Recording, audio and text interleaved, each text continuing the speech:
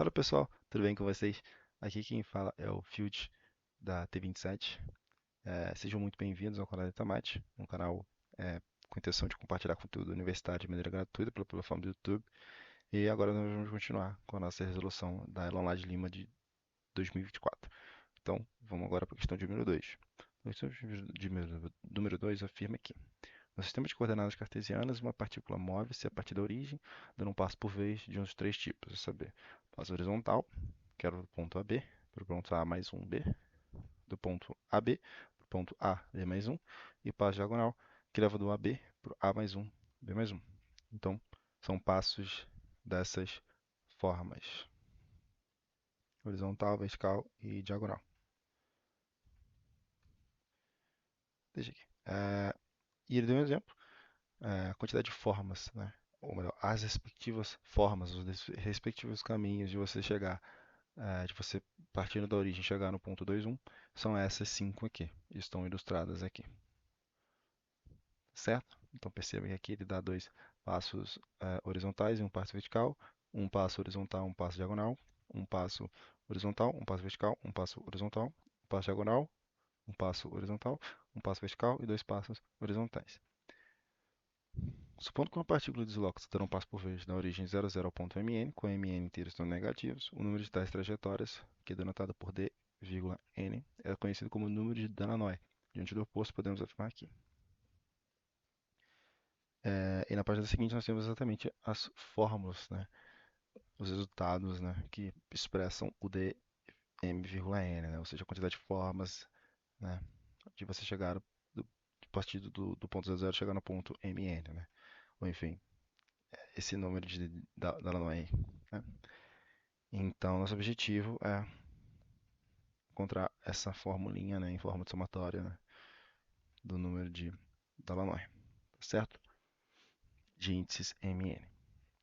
Então, se não tivéssemos esse passo diagonal, seria um problema um pouco mais conhecido e mais simples de combinatória aqui, porque é um problema só de passos horizontais e verticais, e ele é bem conhecido, você estuda geralmente ali no início, né, do seu estudo de combinatória, né, quando você vê alguns, você vai ver problemas de permutação com repetição, porque vai ser exatamente sobre isso, né? Você vai permutar, é, enfim, subidas e descidas, subidas para cima e direita, né? Você vai permutar esses caras, naturalmente com repetição, onde você vai ter que ter m subidas e n direitas, né? Enfim, vai ter que permutar em alguma ordem, então fica um binomial simples, né? Agora, com essa possibilidade de um novo tipo de passo para diagonal, as coisas complicam um pouco mais. E não fica tão simples assim, e a própria prova já traz algumas respostas que não são tão agradáveis assim, né? Já são um pouco mais complexas. Então, por isso que a nossa técnica de resolução vai ter que ser um pouco mais complicada de fato. Mas nem tanto. Mas a ideia é bem interessante, por sinal, né? Com licença. A prova é bem interessante. Então, a ideia que a gente vai ter aqui para resolver o problema vai ser ver uma correspondência entre polinômios, entre e combinatória, mais especificamente o coeficiente de um certo monômio num polinômio e a resposta para um problema de combinatória. Então, nosso problema específico. Então, eu vou construir um polinômio de tal maneira que a resposta do problema, ou seja, o DMN, seja o coeficiente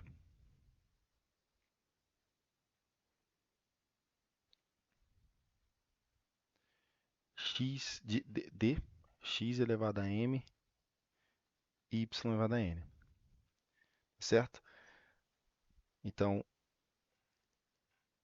os expoentes m e n exatamente para dar essa correspondência, né, objetiva aí, realmente do problema combinatória, né, e do polinômio de fato, tá certo? Então, cada coeficiente vai estar correspondendo exatamente, né, vai estar me dando basicamente informação de um número de Delaunay. Vão todos diferentes, então ficou uma abjeção aí. Tá, agora qual vai ser o polinômio? Vão ser um polinômio de duas variáveis, né? Então x e m aqui, porque eu tenho duas possibilidades, né? Ou melhor, eu tenho duas liberdades, é, na ordenada e na abscissa. Então, Tenho duas coordenadas, então por isso duas variáveis. Se tivessem três coordenadas, eu teria x, y e z. Então, um pronome de três variáveis. Então, vai ser um pronome de duas exatamente por conta dessas duas liberdades no par ordenado aí. Tá? Então, qual vai ser o pronome? Enfim, é o que a gente quer saber, né? O pronome ele vai ser considerado da seguinte maneira. Quando você parte do ponto 0, 0, você tem três possibilidades: um passo horizontal, vertical ou diagonal. Um passo horizontal, ele é um ele leva do AB para mais um B. Então, se eu penso no x como exatamente na potência do x, se eu penso no pronome, né? Se eu penso no monômio do pronome, é, é, se eu penso no x exatamente como se fosse a abscissa, né, do ponto, né, esse passo horizontal ele aumenta um, no expoente do x, né, porque exatamente eu aumento um na abscissa. Então, vai ser exatamente um monômio correspondente a aumentar um em uma unidade o expoente do x, né? Então, quem faz isso é o próprio x, né? Quando você tem um certo pronome múltiplo por x, né? Monômio múltiplo por x, ele vai aumentar em uma unidade a parte só do x.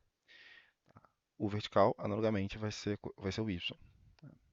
E o diagonal, ele aumenta um nas duas coordenadas. Então, ele vai ser, quem é o monômio responsável por aumentar um nas duas coordenadas? É o x vezes y. Se você pega o monômio, multiplica por x vezes y, vai aumentar um uma unidade nas duas coordenadas. Tá? Então, tá. Mas não é exatamente esse o pronome, porque isso daqui seria correspondente a um passo só. Tá? Então, se eu faço um passo só, eu posso fazer isso, isso ou isso. Esse é o passo horizontal. Esse é o passo vertical e esse é o passo diagonal. Então, a cada passo, quando eu escolho dar um certo tipo de passo, eu escolho um desses três monômios, um desses três caras aqui. Então, eu sempre escolho esse ou esse. Eu sempre escolho esse ou esse. Tá certo? Mas isso é a cada passo. Quantos passos tem? Quantas vezes eu vou fazer essa escolha? Não sei, né? Digamos que seja T, tá? Então eu vou dizer que eu vou dar T passos, então. Mesma coisa do que levar esse termo a T, tá? Então, se eu der T passos, e agora pensando nessa expansão aqui, no primeiro passo eu vou escolher um desses três caras para dar no produto aqui, né? Para fazer o produto, eu vou escolher um desses três caras. Uma forma, por exemplo, né, de escolha é essa daqui, é escolhendo x em todos, né? Isso vai me corresponder ao x elevado a t. É, outra possibilidade de escolha é escolhendo todas as vezes esse cara aqui. Isso vai me dar o x elevado a 2t. Ou, pera, x elevado a t e y elevado a t. Tá? E todas as outras escolhas que eu fizer, assim, meio que misturando as coisas, né? Não precisa ser sempre igual, vai me dar vários monômios, né? E daí, é, eles vão se repetir naturalmente, vai ter outra forma de, por exemplo, tu chegar no x elevado a t e y elevado a t, aí vai ter os coeficientes. Aí vai ter um 2, um 3, um 4, enfim. E daí exatamente esses coeficientes que vão me dar a correspondência, né? A resposta para o problema de combinatória aqui de fato. Tá bom? Então, é isso. Quando eu fizer todos os possíveis escolhas e depois somar tudo, eu vou encontrar um polinômiozão, né? E aí ele vai ter os coeficientes em cada um desses monômios, e aí cada um dos coeficientes vai me dar a resposta para o problema de combinatória. Então, é isso. Espero que tenha feito claro. Espero que, enfim, tenha sido claro, né? Aqui nessa explicação da tradução é, do problema de combinatória para um problema de polinômios aqui, tá? Um problema algébrico. Então, a gente precisa encontrar o coeficiente de x elevado a n e y elevado a n nesse polinômio aqui. Isso vai dar a resposta do problema, tá? Agora a gente tem agora a gente tem que pensar no t, né, no expoente, porque aqui tem vários polinômios, né, porque o t não está definido, eu disse pelo menos que não estava definido, né? Então tem vários t's possíveis. Então, naturalmente, a gente faz uma soma, então. A gente soma por todos os t's possíveis, porque a gente vê aqui, por exemplo, aqui, nesse caso do 0,021, eu tenho quantidade de passos distintas, né? Aqui eu tenho três passos, né? Aqui eu tenho dois passos. Aqui eu tenho três passos. Aqui eu tenho dois passos. Aqui eu tenho três passos. Então aqui seria correspondente a um t igual a 3, né? Aqui seria correspondente a um t igual a 2. Aqui seria correspondente a t igual a 3, t igual a 2, t igual a 3. Então é mais de um t possível. Então por isso que faz sentido eu pensar, né? é, não somente um t, encontrar esse coeficiente, mas somar, né, esses coeficientes, né? Enfim, do x elevado a n, y elevado a n, n é, em polinômio papapá elevado a t, né? E daí o t eu vou variando, né? Beleza? Então eu coloquei o t aqui embaixo para dizer que o t vai variando. Então eu vou somar os coeficientes mais em vários polinômios. Então é um trabalho meio que duplo, né? Primeiro eu tenho que resolver o problema para t, né? Achar esse coeficiente para um certo polinômio t e depois somar para os vários t's possíveis, né? Agora outra pergunta é exatamente essa. Quais são os t's possíveis, né? Quais são os expoentes, né, que fazem sentido, né? Porque, naturalmente, eu não posso ter muitos passos, porque, enfim, se eu começo no ponto 00, né, e eu quero chegar num ponto mn, eu não posso dar muitos passos, porque senão e eu quero chegar, por exemplo, aqui, né, no mn. Se eu der muitos passos, eu vou me afastar desse ponto mn, né? Se eu der muitos passos, eu já vou estar muito distante, né? Eu vou estar numa região, né, para cá, né? E daí eu não tenho como voltar, né? Todos esses passos são para frente ou para cima, né? Todos eles são assim. Então, meio que eu não consigo voltar, entendeu? Então, isso nos intui que eu não posso ter muitos passos, né? Mas também não posso ter muitos poucos, né? Também tem o número mínimo, né? Então, eu tenho o número máximo e mínimo de passos, tá certo? Então, um número máximo, ele deve ser m mais n, porque é exatamente o pior trajeto possível, o mais longo possível que você faz dessa maneira, que é utilizando esses trajetos retangulares, assim, né? Então, enfim, se você pegasse, enfim, ruas paralelas para chegar nesse ponto, né? Basicamente, beleza? Então, esses são os trajetos que tem m mais n passos, né? Eles sempre existem, de fato, isso é o máximo, portanto.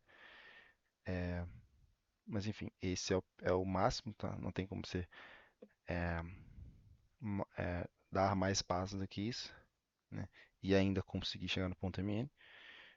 Por outro lado, o número mínimo, né? Ele aí vamos pensar, né? Enfim, m, talvez, né? Como é que a gente conseguiria m passos, né? A melhor das hipóteses para chegar no mínimo, né? Você pensa na diagonal, se o seu ponto estiver para o meio, né?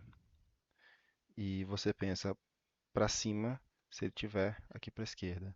E você pensa para a direita, se ele estiver para a direita. Então, dependendo da posição do MN, você tem um certo mínimo, né? Então, não é claro, não é intuitivo qual é o mínimo exatamente. Então, por isso que eu não vou escrever nada sobre o mínimo, mas é, com certeza, né, você tem que dar m ou n passos, né? Então, com certeza, eu te garanto que você tem que dar o mínimo dos dois, né? Com certeza, não faz sentido você dar menos do que o mínimo dos dois, tá certo? Não tem como. Isso é claro, tá? Não tem como você dar menos do que o mínimo dos dois valores, mas enfim. né? Mas vamos deixar aqui em stand-by por enquanto. Então, a única coisa que,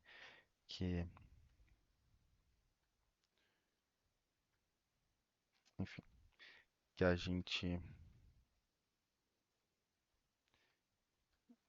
que a gente já discutiu e tem certeza é que t, o número máximo, tem que ser menor ou igual a m mais n, né? Enfim, e também que tem que ser maior que o mínimo, né? Tá, então, beleza. Sabemos que isso, né? mas não necessariamente esse mínimo aqui é um mínimo para o T, de fato, porque não necessariamente existe um caminho com esse número de passos, tá bom? Mas eu sei com certeza que está nesse esse intervalo aqui o número de passos que me possibilitam chegar no ponto MN, que me possibilitam, tá bom? Tá certo. Então, vamos resolver o problema para um T qualquer, supondo que o T seja plausível, que o T seja possível. Então, aqui é um problema de expansão multinomial. Então, eu espero aqui que você já esteja familiarizado com isso. Se não, dê uma procurada sobre expansão multinomial, tá? Para ficar claro. Então, aqui eu posso escrever dessa maneira. Então, com A, B e C, todos maiores ou iguais a zero, cuja soma vale T. Aí vai ficar eh, T fatorial por A fatorial, B fatorial, C fatorial, x elevado a A, y elevado a B, x, y elevado a C. Então, é basicamente os três fatores aqui com seus expoentes e esse termo aqui que é de permutação com repetição, tá bom? Então, é uma fórmula, não é complicada, ela é bem intuitiva na realidade, mas enfim, eh, quem nunca viu antes talvez possa ser um pouco complicado, né? Mas enfim, é isso. Beleza, então, como eu só me interesso em x e y, então eu vou eh, colocar só x, eu vou arranjar a fórmula que reescrever esse resultado, né? Para deixar tudo em função de x e y, né? Ficar um pouco mais é, interessante para mim especificamente. E aí vai ficar escrito como x é a mais c e y b mais c. Tá? Ok. Eu quero, né, encontrar o coeficiente de x elevado a m, y elevado a n, né? Então eu quero que a mais c seja m e b mais c seja n. Então eu estou procurando, né, por caras dessa forma, tá? Tá certo? E outra coisa, né? Como eu tenho essa relação de que no somatório, por definição da expansão de fato, que o A mais B mais C vale T, eu vou tirar uma das letras, tá? Por simplicidade, para facilitar a minha vida, então eu vou escrever o C em função de T, A e B, tá? Então, antes disso daqui, deixa eu reescrever esse somatório mais uma vez, para poder facilitar a minha vida.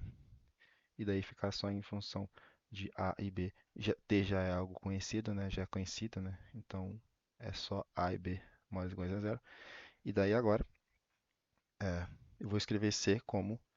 Ok, tudo bem, né? Eu vou escrever C como T menos A menos B. Mas C era maior ou igual a zero, por definição. Isso deveria ser verdade. Então, eu tenho que também colocar... Eu não posso só tirar uma da letra, eu tenho que colocar essa condição aqui. Que no caso é A mais B menor ou igual a T. Ou que T é maior ou igual a mais B. Tá certo? Então, eu tenho que colocar essa condição. Beleza? Só tem essas duas variáveis, mas elas têm que satisfazer essa condição de serem... A soma delas seja menor ou igual a T. Tá? T já é fixo, lembrando disso. Exatamente porque era a condição do C maior ou igual a zero. Então, agora reescrevendo, eu tenho A, B e C. C é T menos A menos B, fatorial. Ok, aí x elevado a mais C. É, A mais C é T menos B. E B mais C é T menos A. Ok,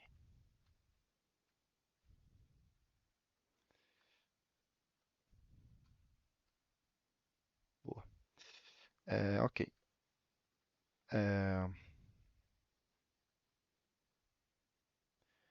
então, agora sim, eu quero que, né, eu estou procurando exatamente pelo termo é, tal que T menos B, né, seja igual a M e T menos A seja igual a N. Então, eu quero exatamente quem vai ser o coeficiente. Quem é o coeficiente de x elevado a t menos b e t menos a? É esse cara aqui.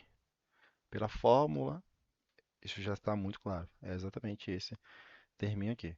Mas agora eu preciso encontrar quem é o a e o b correspondentes para que isso daqui seja o m e isso daqui seja o n, que é o que eu quero de fato.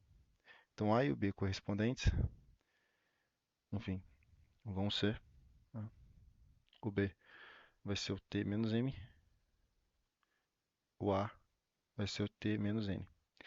Lembrando, eh, a gente não tinha restrições sobre T, né? A gente não tinha imposto quem era o valor de T. A gente só sabia que existiriam um número finito de valores para T, né, que estavam nesse intervalo aqui, mas a gente não tinha explicitado exatamente quem são os possíveis, porque o mínimo não é exatamente o mínimo de Mn, né, o mínimo do T. Então, para verificar melhor, a gente vê aqui quais são os valores de T que nos satisfazem essa condição aqui. Por quê? Porque o A, por definição do somatório aqui, o A e o B tem que ser não negativo e a soma tem que ser menor ou igual a T. Então, para existir tal A, B, para existir tal solução para esse sistema, né, para existir de fato um coeficiente x elevado a n e y elevado a n, essas condições têm que ser satisfeitas. Ou seja, o t, aqui, enfim, isso daqui é maior ou igual a zero, né? Isso aqui é maior ou igual a zero, então significa que t é menor ou igual a m e n. E por outro lado, a soma, que é isso daqui, tem que ser menor ou igual a t. Então, isso implica que t é menor ou igual a m mais n. Então, é, a condição é exatamente essa, tá certo? Então, agora sim a gente finaliza e conclui de fato ao concreto, né? O que precisa acontecer para existir, né, um caminho, né, para a quantidade de passos, existir um caminho com t passos é que t satisfaça essas condições aqui. E no caso, como t, isso daqui significa, tá? Não sei se me deixei, né, entender, não sei se ficou claro, mas isso aqui representa essas duas inequações, tá? E como essas três desigualdades têm que ser válidas, então eu posso escrever isso daqui, né, como o t maior do que os dois, então o t tem que ser maior do que o máximo, tá? Dos dois e menor ou igual a soma. O da soma a gente já esperava, a gente já tinha discutido que realmente a gente tinha certeza, mas o mínimo não, né? Agora a gente tem certeza, a gente encontrou algebricamente aqui, tá? Então é isso. É isso. É, o t está nesse intervalo e o coeficiente, né? O coeficiente, de fato, né, ele é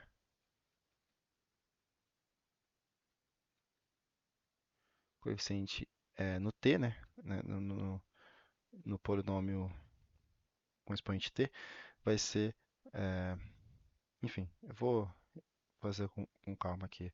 É esse cara aqui, né? Só que o t a gente achou aqui, o t quer dizer, o t não, o a e o b correspondentes, né? Então, o a ele era t menos n e o b ele era t menos m. E o t menos a mais b, ah, t menos a mais b dá t mais m mais n, né? Isso.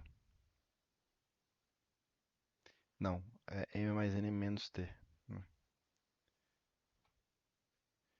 M mais n menos t. Tá ok. Então vejam que realmente faz sentido essa condição de ele ser maior ou igual aos dois, né? Para que isso daqui seja o fatorial de um número não negativo, né? É o que a gente sabe, nem menor ou igual que a soma. Beleza? Então é isso. Então o nosso problema se resume a somar, né? Então agora eu vou passar para a próxima página. Nosso problema se resume então a resposta do problema em si, o DMN, vai ser somar todos esses coeficientes, ou seja, todas as formas com t passos, onde o t vai variar do máximo do mn até m mais n, tá?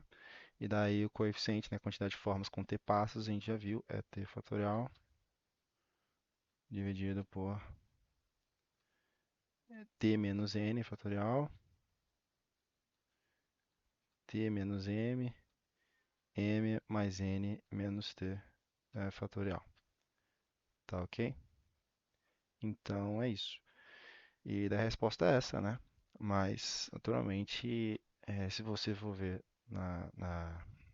no gabarito aqui nas alternativas, não tem nada parecido, então a gente tem que, enfim, reorganizar, reescrever esse somatório aqui. Então a primeira coisa que eu vou fazer é, é inverter a ordem do somatório, né? Ou seja, trocar a variável t pela. Opa, aqui, né? Trocar a ordem, então somar de trás para frente. Então eu vou trocar t por m mais n menos t. Isso é a mesma coisa do que, é, enfim, trocar a ordem do somatório, né? Vou somar de trás para frente. Então, quando t valer máximo de mn, que era o meu início, agora o meu t vai estar valendo, agora o meu correspondente, né, aqui, vai estar sendo o maior, o menor,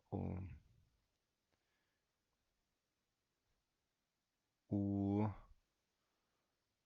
calma, m mais n vai estar dando o mínimo, vai estar dando o maior valor possível, isso.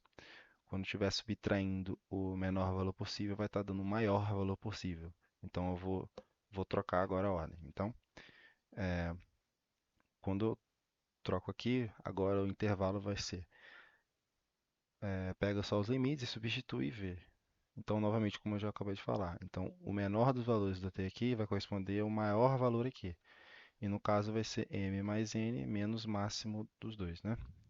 Só que a soma dos dois menos o máximo dos dois não é muito difícil, né? Discutir, vai ser exatamente o mínimo dos dois, né? Exatamente porque eh, você poderia pensar, né, passando para o outro lado, né, seria equivalente a máximo de dois números mais mínimo dos dois números seria igual à soma dos dois números, o que é um fato verdadeiro, né? É um fato simples, mas verdadeiro. Então, a soma dos dois menos o máximo vai dar exatamente o mínimo dos dois. Eh, então, aqui vai dar mínimo. Então, novamente, é o maior valor possível agora nessa nova notação, né? Nessa nova variável agora do somatório, né? Beleza? Ah, e a menor vai ser exatamente quando eu substituo o maior valor possível inicial.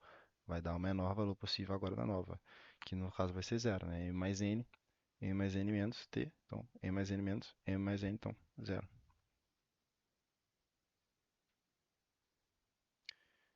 Ok?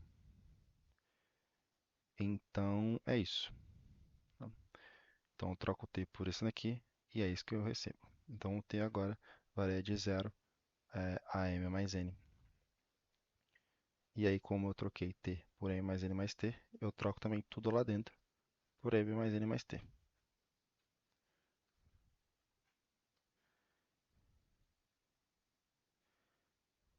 M mais n menos t.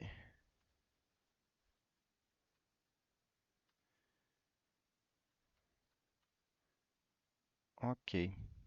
Então é isso que eu consigo, né? Aí agora, percebam que agora sim a gente já está quase lá, né? Então, só um ponto, né? Porque todas as alternativas aqui, você aparece um K aqui embaixo, né? O limite aparece, superior aparece, mas inferior não. Mas, infelizmente, foi um erro da banca aí. Todos eram para ser zero aqui, né? Enfim. É um pouco intuitivo, né, se você olhar para todas as outras respostas, né, porque se você tem um limite superior, você sabe que você vai até esse valor, né? Agora você se pergunta, né, você vai se perguntar para a banca, né, onde eu começo a fazer essa soma, né? É natural você pensar da onde é possível começar a fazer essa soma, né? Que no caso, números binomiais estão definidos, né? Pelo menos o termo de baixo dos números binomiais está definido a partir do zero. Então, você vê que todos eles têm é, binomiais com o k embaixo, né? Então você teria que ter o k pelo menos zero. E de fato, para todos eles, se o K for zero, vai estar definido. Então, é intuitivo você pensar que vai começar do zero, mas realmente foi um erro deles, eles não colocaram ali. Mas enfim, vamos assumir isso. E daí, a gente está quase lá. Todos eles você vê que tem um mínimo de MN, então realmente você vê que está quase lá. Agora você só precisa encontrar esse termo correto. Então a gente precisa escrever isso daqui como um produto de dois binomiais. Resumidamente, isso que a gente tem que fazer. E daí, para escrever isso como o produto de dois binomiais, basta aqui. A gente enxerga dois binomiais aqui, né? Então vamos lá. Então, é,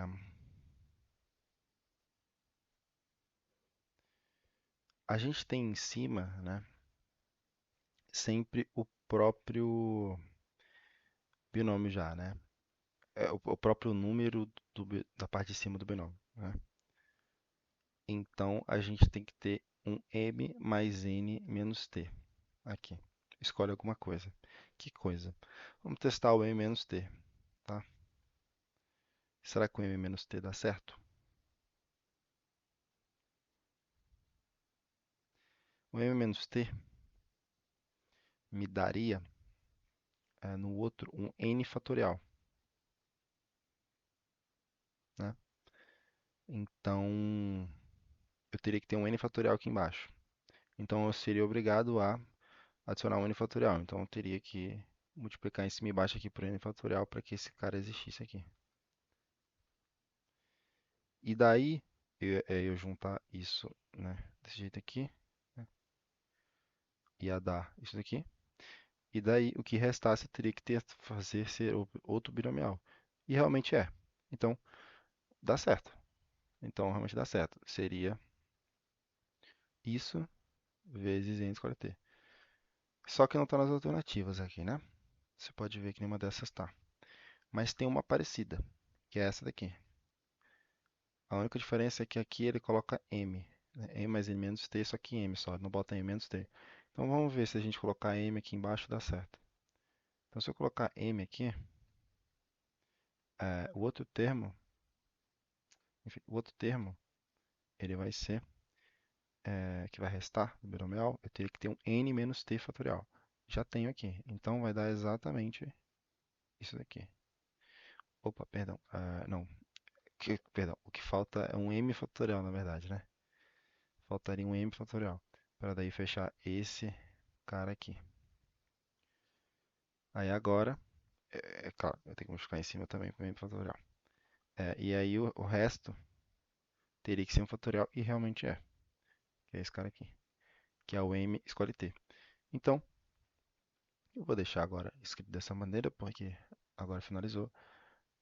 E aí realmente bate com o gabarito, né? Então, realmente a mesma coisa que está escrito na letra óbvio que só estou com uma variável de somatório diferente, mas enfim, é a mesma coisa, tá bom? Então, isso correspondente à alternativa é, certinho?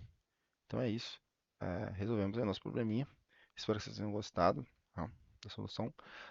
Como eu disse, é um problema um pouco mais complicado do que o sem o passo diagonal, né? Definitivamente. Mas é um problema bem interessante. É uma resposta aí é, bonitinha, né? Enfim, é até bonitinho sim, né? Você somar vários binomiaizinhos aí.